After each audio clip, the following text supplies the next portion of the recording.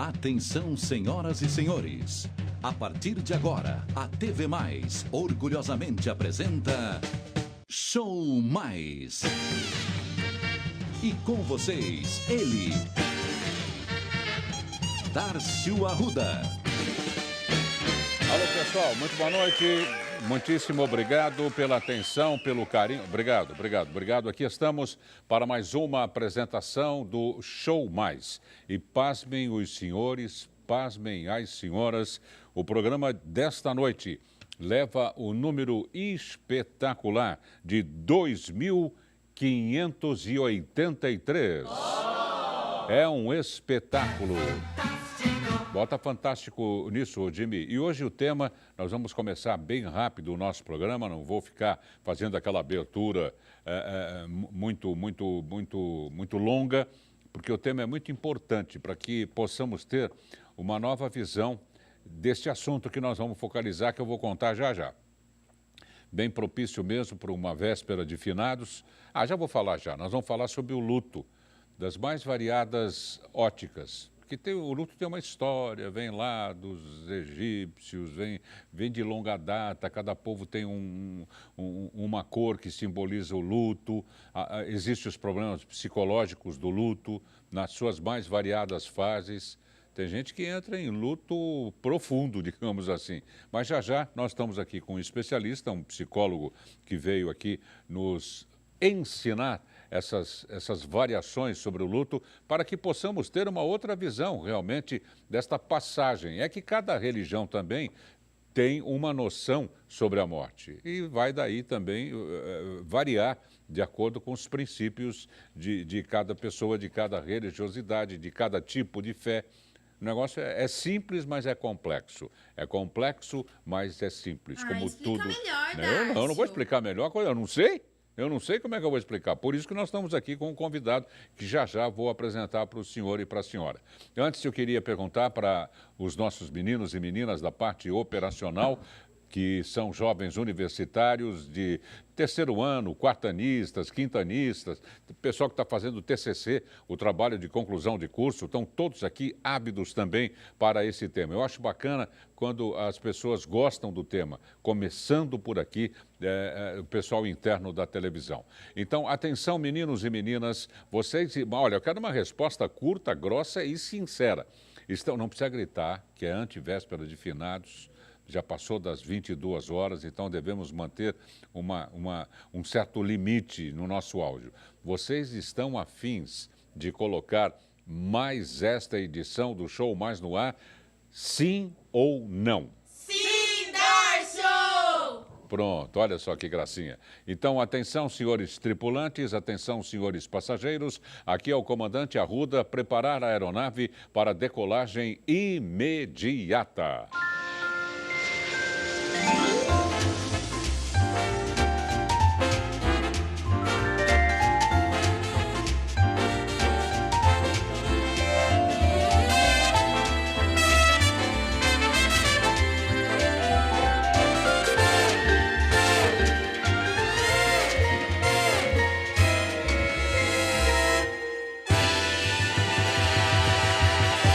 E o tema desta noite vai ser o luto. Ô, Jimmy, levanta a fúria aí, meu. Mostra pra eles. Uhul, Jimmy, vamos lá. Conforme eu fiz na abertura do programa, nós vamos falar hoje sobre um tema no qual a gente não pensa muito. Aliás, a gente não se detém para pensar em relação a muitas coisas nessa vida. E acabam se tornando paradigmas, acabam se tornando... Nossa, que nem essa pilastra de concreto aqui, a gente não tem outra visão senão essa estreita da coisa. E eu tenho certeza que após o programa de hoje, nós todos vamos ter uma outra visão sobre o luto. Por isso, eu gostaria que vocês recebessem com palmas o convidado desta noite, o psicólogo Robson Soares. Obrigado. Obrigado, Robson, pela presença. Robson, o que é o luto? Bom, é interessante você falar que como é difícil falar disso. Hoje é tabu se falar da morte, se falar do luto, do que da sexualidade. É verdade. Se fala mais sobre a sexualidade do que a morte. O luto é interessante porque é uma perda. Toda vez que nós falarmos, todo o processo que nós escrevemos hoje sobre luto, vale para qualquer perda que você tenha na sua vida. Como nós estamos com véspera de finados, vamos falar um pouco, focar mais nesse sentido. Mas uma perda que você tenha de algo que sempre estava ali, eu chamo isso de luto. Pode ser de um também. namorado, de uma namorada. Namorado, perder o emprego, perder o término da escola, o término o encerramento de qualquer ciclo também caracteriza Sempre quando há um luto. cerceamento de uma atividade muito apegada a nós. E algo que você faz rotina e que é muito próximo a você. Eu chamo isso de luto também. É interessante que quando se fala de perda de pessoas, tem uma frase que é interessantíssima, que é: quando você perde uma criança, você perde o futuro. Quando você perde um idoso, você perde o passado. Então, o primeiro passo, quando se fala de luto, é você entender que tem certas coisas que não voltarão, que é a maior dificuldade que as pessoas têm.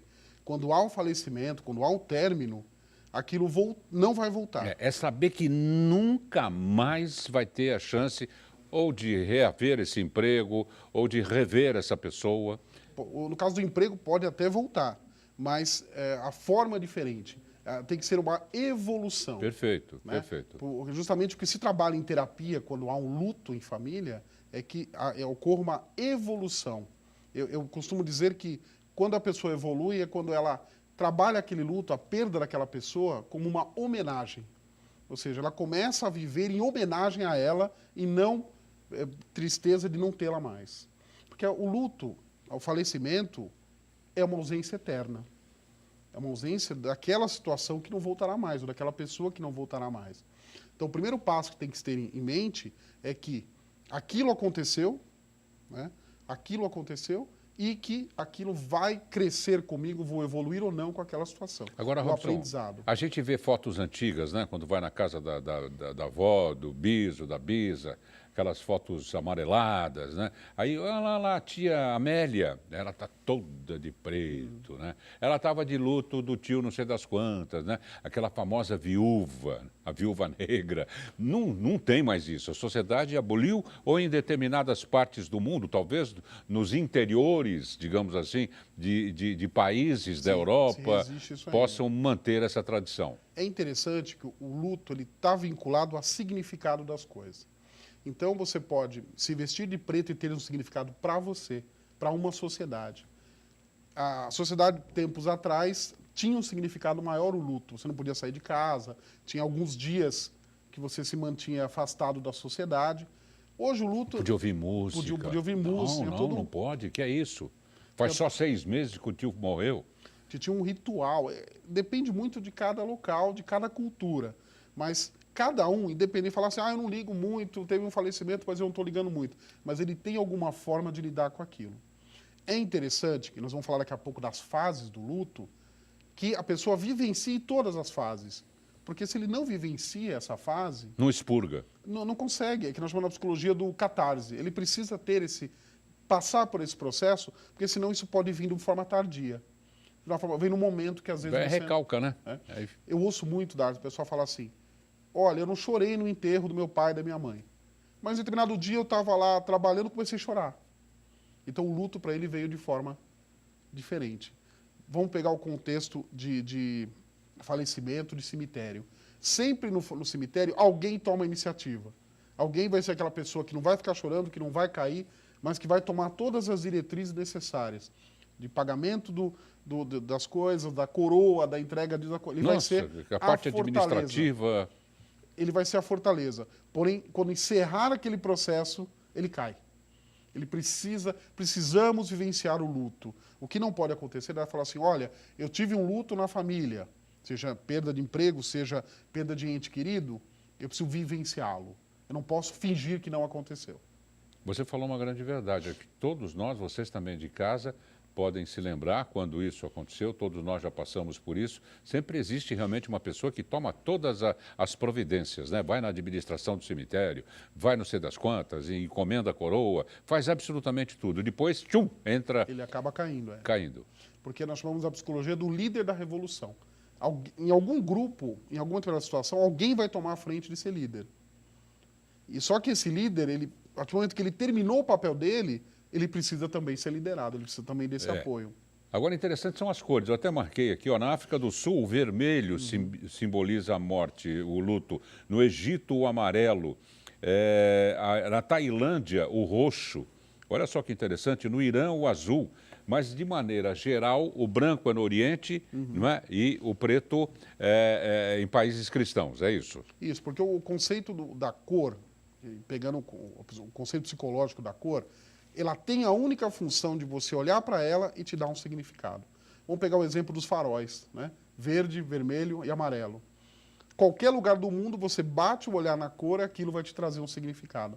O luto, culturalmente, também ele tem que dar um significado. Por exemplo, você pode chegar em casa e falar, olha, eu tenho essa correntinha que eu ganhei do meu pai, que ele faleceu. Então, aquela correntinha vai ter um significado para você, que às vezes não tem para outra pessoa. As cores, ela tem a função de dar um significado coletivo. Tanto é que nos velórios, vocês vão concordar comigo também, sempre a pessoa usa uma pecinha, um lenço, não é? Que nem hoje, para fazer sobre o luto, eu pus a gravata preta, o lencinho preto, não é? Simbolizando também, não é? O luto, não é verdade? Porque a ideia é essa, a pessoa que olhar essa cor vai entender o processo. Então tem que ser algo cultural, algo que para todos. Existe o luto individual, que significa para cada um, seja aquela correntinha, seja aquela foto, e tem que ter, as cores têm a função do cultural do grupo. Agora, há algum tempo, algumas décadas, a viúva não casava nunca mais, não tirava nem o luto. A mudança da sociedade determina também a mudança dessas características do luto, né? Sim, porque a sociedade ela evolui e a sociedade, cada vez mais, ela está ligada a coisas que não tinham valor anteriormente. Anteriormente, se eu pegar uma década, não vamos nem longe, vamos pegar a década de 80, o estar com a família tinha um significado que hoje já não tem mais. É verdade. Nós já falamos em outros programas sobre como mudou a família hoje. Então, o conceito mudou. Existe essa evolução, mas a forma de você lidar com a perda continua a mesma. Interessante também essa observação que existe agora aqueles adesivos que você põe atrás do carro, né? O papai, a mamãe, às vezes 5, 6 filhos, cachorro, gato. Por quê? Porque muitas vezes são 2 filhos que ele já tinha do primeiro casamento, ela já tinha um filho do primeiro, e forma-se uma nova família que não tem problema nenhum, né?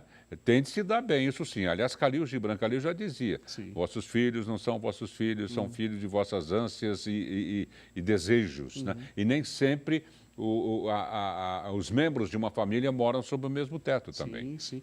O conceito da família mudou, então, consequentemente, o luto mudou. Vamos pegar um exemplo da idolatria. Nós tivemos aí, recentemente, um cantor sertanejo que gerou o luto dele, o falecimento dele gerou um luto coletivo, que o Jung chamava de inconsciente coletivo. Ou seja, todos sentiram na pele, claro, a morte desse ídolo, cada um de uma mesma forma, ou seja, muitas pessoas falando da mesma forma. Claro, e mais recentemente também com o ator Domingos Montaner, sim, né?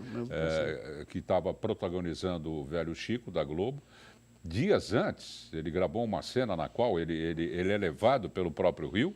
E olha que coincidência, né? Que coisa impressionante aconteceu com ele. Bom, nós vamos fazer um rápido intervalo. Okay. Depois você disse que trouxe 5 fases do luto. 5 fases do luto. 5 fases do luto. Vamos ver quais são essas fases logo após o nosso intervalo. Até já.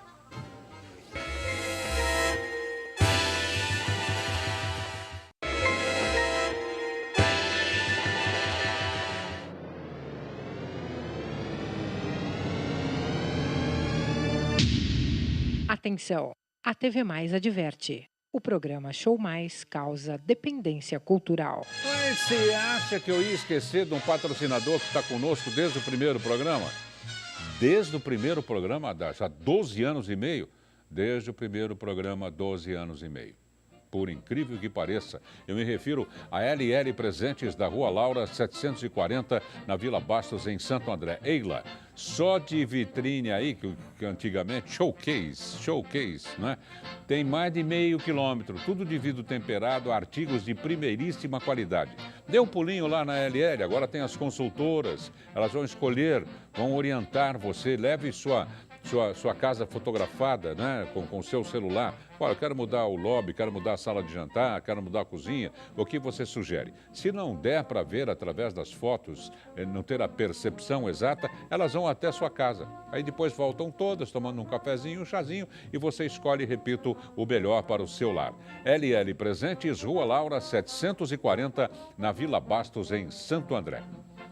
Pronto, estamos de volta. Eu li uma frase hoje, quando eu estava fazendo um levantamento sobre um luto, que eu fiquei impressionado, e é a pura verdade. Por que os mortos recebem mais flores do que os vivos? Interessante, né? Você sabe dessa daí, né? Porque o remorso é bem maior do que a gratidão. Não é? Então, você tem papai vivo, mamãe viva, vovô, vovó, biso, bisa, não é? Torne-os mais felizes no dia de amanhã, porque nunca se sabe Verdade. o que pode acontecer, inclusive com qualquer um de nós, não é verdade? Verdade. Robson, vamos então às 5 fases. Eu não imaginava que o luto tem 5 fases. Todo luto, todo processo de luto, ele sempre tem 5 fases. E o importante, vivencie todas as fases. Todas elas. E cada fase, ela pode durar de acordo com... Cada pessoa dura um período. Desde que dura 1 ano, desde que dura 5 anos, meses, mas vivenciar cada fase é importante. Tá. Nós temos aí, Amanda querida, as fases do luto. Ah, vamos lá então, Robson. Então, nós temos a primeira fase, Darcy, que é a negação. Quando você perde alguma coisa, a primeira coisa é negar que aquilo realmente aconteceu e culpar alguém que não seja você. Então, vamos dizer que quando há o falecimento de alguém, ele Pode fala... vir e voltar, viu, Amanda? Ele fala, quando há o falecimento de alguém, a primeira coisa que ele faz é culpar o médico, Tá. é culpar o hospital. Eu vivenciei... Eu não acredito, não acredito. Eu vivenciei uma história no hospital de um pai que a esposa tinha falecido e pegou a filha e falou, tá vendo esse hospital? Foi ele que matou sua mãe. Então ele começa a negar que Tá. aquilo realmente aconteceu e ele precisa achar culpados para isso. Tá. Tá? Vamos para a segunda? Vamos para a segunda. Vamos para a segunda, Amanda, por favor. Raiva. Então, a partir do momento que você vivenciou a negação, ou seja, começa a perceber que realmente aquilo aconteceu, você entra num processo de raiva. Então a pessoa ela fica agressiva, ela, por exemplo, se faleceu a mãe, o pai começa a evitar a criança, que é a forma que ele tem de falar, olha, ela me lembra a minha esposa, essa criança me lembra a minha esposa, então vou evitar. Começa tem muitas pessoas que aumenta a libido sexual, nesse Sério período de mesmo? raiva, que é uma forma de ele conseguir esquecer o que está acontecendo. Então, cada um tem uma raiva diferente, que pode ser não aquela raiva agressiva de quebrar coisas, mas ela pode ter comportamentos de fuga, que é também uma forma de raiva. É essa fase que dá um vazio no estômago, aquelas enxaquecas, a pessoa... Sim, começa a acontecer tudo. Começa- Porque começa, vamos usar um termo antigo, né? Começa a cair a ficha, né? De que realmente aquela pessoa não vai voltar mais, que aquela situação realmente aconteceu, que ninguém é culpado e ela vai ter que vivenciar com isso. Então ela começa com raiva dela mesmo, ela começa a se questionar se os comportamentos que ela teve não poderiam ser diferentes e ela começa a vivenciar, peraí, eu sou o problema, eu que acabo acontecendo, então começa. É que nem comprimido para gripe, gente. Comprimido para gripe não cura a gripe. Você vai sentir-se melhor com os sintomas até o tempo te curar. Isso. Tome durante 10 dias que 10 dias a gripe vai embora mesmo. Mas ele precisa vivenciar essa raiva. Quando chega pessoas em consultório que estão nesse período da raiva, nós instruímos a ele a botar isso para fora, sempre escrevendo. Uma brincadeira que eu sempre faço, mande e-mail para você mesmo, né? Tá sentindo raiva? Manda e-mail para você mesmo. Que depois você lê e vai falar, nossa, eu estava pensando isso. Será que certo. realmente estava certo? Tem várias situações. Muito interessante. Vamos para a terceira fase. Nós temos ali a barganha. Tá. Então, a partir do momento que você negou aquilo, culpou alguém, depois você percebeu que a culpa não é daquele local, não é daquela pessoa. Aí ele começa, o processo de raiva, depois ele começa a barganhar. O que é barganhar? Ah, eu perdi minha mãe, perdi meu pai, ele não fez tudo o que ele queria na vida, então eu vou fazer. Então, a partir de hoje, eu serei diferente. A partir de hoje, vou fazer tudo diferente do que ele fez. Né? Vou dar um exemplo pessoal que é interessante. Quando meu pai faleceu, muitas coisas que ele queria fazer, uma delas era conhecer a Cataratas de Iguaçu. Então, todo mundo falou assim, não, olha, Como ele não conheceu, agora todo mundo vai conhecer, né? E algumas pessoas até hoje não conheceram esse local. Então você faz um acordo com o universo ou com a religião que ele segue e fala, ó, então já que ele não vivenciou tudo, eu vou fazer isso por ele. Mas só coisa boa pode assumir também? Mas é interessante que 90% da barganha eles não cumprem. Tá. Só para ter uma negociação. Só falar, tá vendo? Ele não cumpriu, olha, ele só trabalhou, eu não vou fazer isso, eu vou ter meu tempo mais livre. Perfeito. E ele acaba depois... Não vou ser bobo, entre aspas, que nem ele. E depois acaba indo... até os últimos dias da vida dele, isso comigo não acontece. Não vai acontecer. E ele faz essa barganha que também é um processo de luto, mas depois ele acaba voltando da mesma forma. E o tempo passando, que é o tempo, repito, que vai curá-lo. Vai curá-lo. É o tempo. Vamos então para a quarta fase, Amanda, por favor. Nós temos aí essa é brava, hein? A depressão. Mas a depressão não é aquela doença que é transtorno depressivo que nós falamos falamos muito por aí. A depressão é justamente quando ele começa a olhar que tudo aquilo que ele barganhou, ele não vai fazer. Então, vamos dar um exemplo. Ele perde o emprego. Então, foi um luto para ele. Aí ele fala, se eu tivesse feito diferente, próximo emprego eu não farei assim. A empresa que foi ruim, não me pagaram, tal. Depois ele percebe que, eu vou fazer diferente na próxima empresa. Depois ele descobre que ele não está fazendo diferente, então ele se sente depressivo, se sente talvez ele tenha mal. feito até um péssimo negócio de sair do emprego A e ir para o B. E ele começa nesse momento. Vamos pegar o luto do ente querido. Nesse momento ele fala assim, peraí, eu não vou cumprir. Eu falei que eu vou fazer diferente dele, mas eu não vou cumprir. E aí começa a baixar a tristeza. Ele fala, peraí, ele faleceu mesmo, ele não volta mais. E aí entra o processo de choro. Tem muita gente que chega no processo de depressão e que começa a chorar. Tá. Ele não chora antes, mas ele chega nesse processo. Tá. Com o passar do tempo, nós chegamos à quinta fase, que é a mais tranqui, que nem disse. É a aceitação. Essa aceitação pode durar.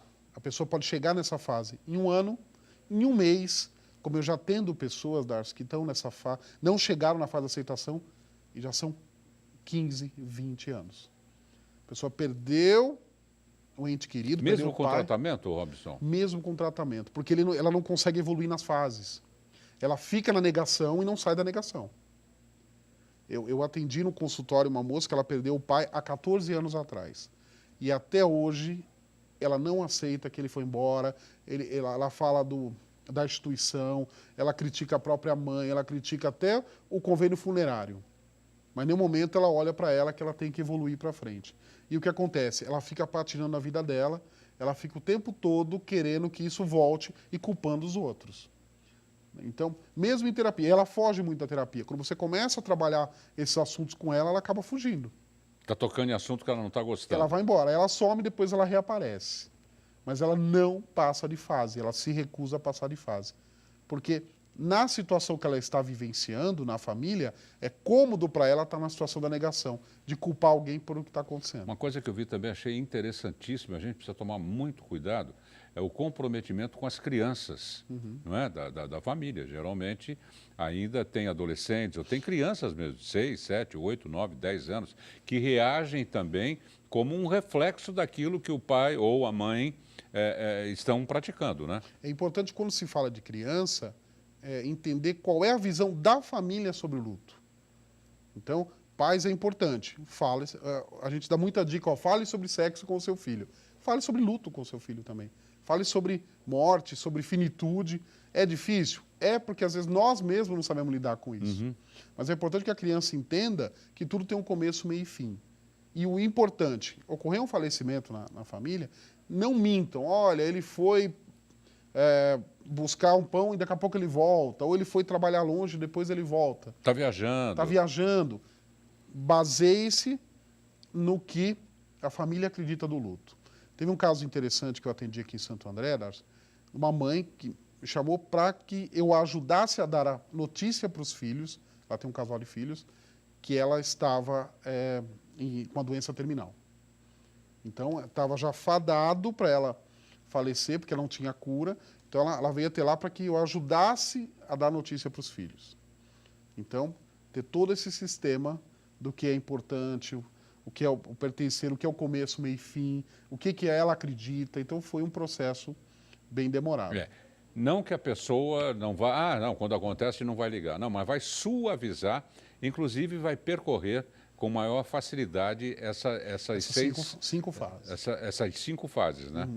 Todos nós vivenciamos essas fases, todos nós. Cada um à sua maneira e cada um a seu tempo. Sabe onde é que eu não vi aí nessas fases, o Robson, me permita eu te perguntar? É o arrependimento, não é? Porque todos nós temos arrependimento. Quando a gente perde um amigo, uma pessoa, e às vezes perder não precisa nem falecer, não é? Você sempre se arrepende. Puxa, eu ia falar aquilo, não falei. Eu ia dar um presente, está aqui guardado, ainda não dei, agora não vou. É um período importante também, né? Entra na barganha, né? A barganha tem muito isso, né? Entra na barganha. Eu ia entregar isso, não conseguia, então agora eu vou aproveitar o que eu tenho hoje, eu vou dar valor ao que eu tenho. Entra no conceito da barganha. Porque sempre quando há um arrependimento, você precisa negociar algo. Olha, esse amigo eu perdi, não consegui falar o que eu queria, mas o próximo amigo eu não vou deixar isso acontecer. Agora, para terminar, o Robson, já estamos quase em cima da hora, né? Milhares de pessoas irão aos cemitérios amanhã, não é? E vão reagir das mais variadas formas, não é? É para se ir contente, é para se levar uma flor com alegria, não é? Ou tentar remoer tudo aquilo que aconteceu, que nem você falou, 15, 20, 30 anos. Na espiritualidade, como se deve agir? Qual é a função de ir ao cemitério? Nós chamamos de rito de passagem. Ou seja, a pessoa precisa ir até lá para ela, assim... É uma discussão muito grande, fala assim, mas realmente precisa se ir ao cemitério? Eu posso pensar sobre isso? Mas ir ao cemitério faz um rito de passagem para as pessoas. Ela precisa se deslocar para que ela entre no processo da barganha. Falou, eu estou fazendo a minha parte. Eu estou vindo até aqui. Eu estou, entre aspas, sacrificando em prol de você. Então, é importante a partir do momento que é um rito de passagem e que você acredite nisso também. Mas o mais importante dessa é que cada um faça aquilo que realmente ele acredita. Com certeza. Queremos agradecer muitíssimo a presença do Robson Soares, psicólogo. Vai entrar no ar aí o telefone de contato, os e-mails. Muitíssimo obrigado, Robson, por ter vindo. Obrigado mais uma vez pelo convite. Nós que agradecemos. Não percam à meia-noite o programa Clique Noite com ele, Edmir Cleto. E o J mais à 00:30. Va bene, per ora è solo. Una buona sera a tutti, dormire con Dio, parliamo domani e riposare in pace. Ci vediamo domani, bella, ciao, ciao. Aqueles que amamos nunca morrem, apenas partem antes de nós.